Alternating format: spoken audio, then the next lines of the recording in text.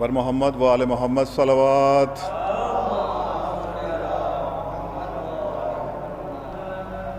حضرات مومنین السلام علیکم۔ اس وقت مجلس چہلم برائے سال ثواب جاوید مہدی ابن مہندی علی مرحوم کے 40ویں کی مجلس کا انعقاد آن لائن گراف ایجنسی پر ہو رہا ہے۔ حالات مومنین آپ کے پیش نظر ہیں، جو گائیڈ لائن گورنمنٹ کی طرف سے ہم سب کو دی گئی ہے اس کا پورا خیال رکھتے ہوئے باقاعدہ طور پر ساری مجلسیں آن لائن منعقد کی جا رہی ہیں۔ اس وقت کی مجلس جاوید مہندی صاحب کی جو 40ویں کی ہے، مجلس کو خطاب فرمائیں گے خطیب انقلاب عالی جناب مولانا عباس ارشاد نقوی صاحب۔ مجلس سے قبل تلاوت کلام پاک کے فرائض انجام دیں گے محترم ابو العباس صاحب، اور سوسوانی کے فرائض انجام دیں گے سرزمین غازی پور سے محترم سید ندیم الحسن پاروی صاحب، اور پیشوانی کے فرائض انجام دیں گے بین الاقوامی شہرت یافتہ نوحہ خان جناب عارف رضا صاحب، اور شاعر اہل بیت جناب وسیع جون پوری صاحب۔ آئیے حضرات، اب ہم باقاعدہ طور پر مجلس کا آغاز کرتے ہیں اور تلاوت کلام ربانی کے لیے قاری محترم جناب ابو العباس دانش صاحب سے گزارش کرتے ہیں کہ وہ تشریف لائیں اور تلاوت کلام پاک سے مجلس کا باقاعدہ آغاز فرمائیں۔ مومنین آپ سے گزارش ہے کہ نعرہ صلوات سے قاری صاحب کا استقبال فرمائیں۔ اللہم صلی علی محمد و آل محمد۔ نعرہ حیدری، نعرہ صلوات۔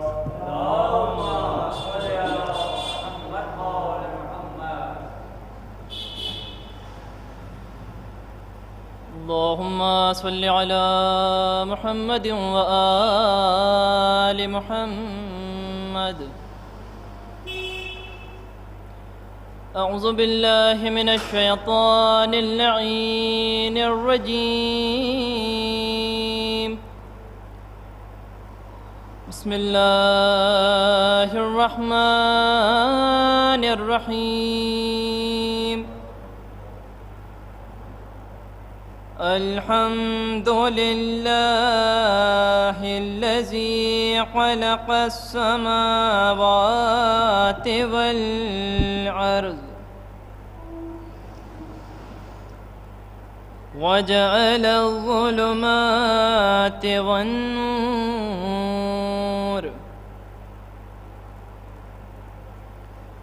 ثم الذين كفروا بربهم يعدلون،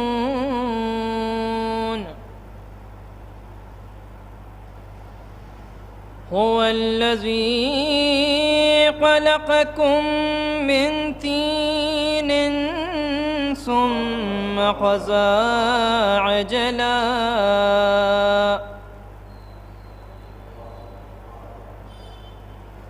وأجل مسمى عنده ثم أنتم تمترون،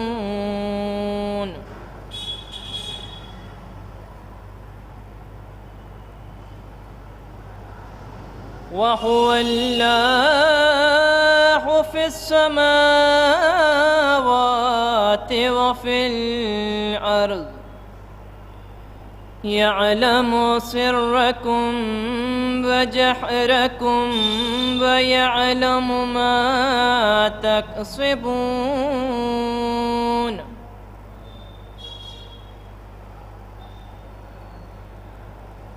وما تأتيهم من آية من آيات ربهم إلا كانوا عنها معرضين،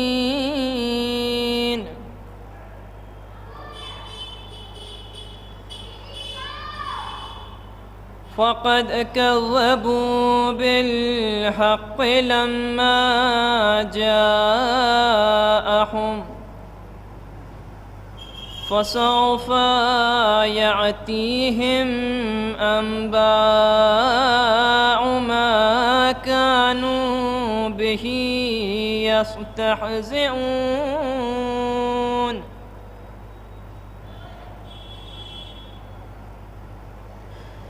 ألم يروا كم أهلكنا من قبلهم من قرن مكناهم في الأرض ما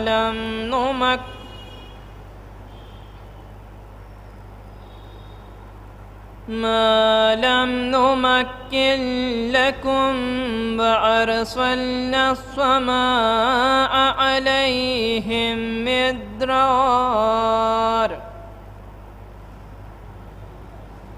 مدرارا وجعلنا الأنهار تجري من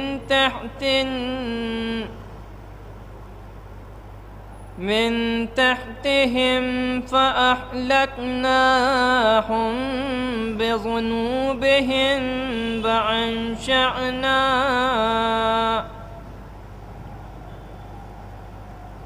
وأنشأنا من بعدهم قرنا آخرين. صدق الله العلي العظيم وصدق رسوله النبي الكريم. اللهم صل على محمد وآل محمد. محمد وآل محمد. جزاک اللہ محترم ابوالعباس دانش صاحب، آپ نے بہترین انداز میں تلاوت کلام پاک سے مجلس کا باقاعدہ طور پر آغاز کیا. یقیناً یہ تلاوت کلام پاک مرحوم جاوید مہندی صاحب کے لیے بہترین ایصال ثواب کا سبب بنے گی. اور اب ہم گزارش کرتے ہیں سوز خوانی کے لیے سرزمین غازی پور سے سید ندیم الحسن پاروی صاحب سے کہ وہ سوز خوانی کے فرائض انجام دیں.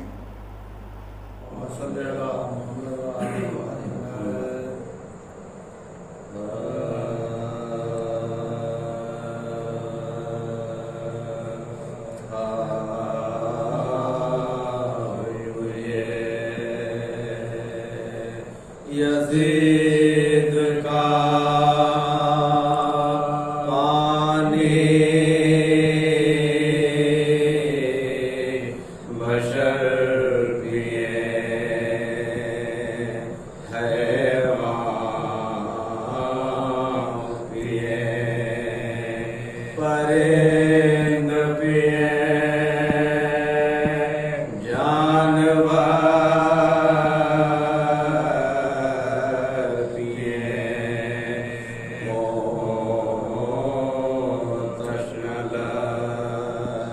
جہاں میں وہ سب نکل پیے گھوڑے پیے سوار پیے اور شتر پیے. کافر طلب یہ تو نہ تم منع کیجیو، ایک فاطمہ کے لال قربانی نہ دیجیو.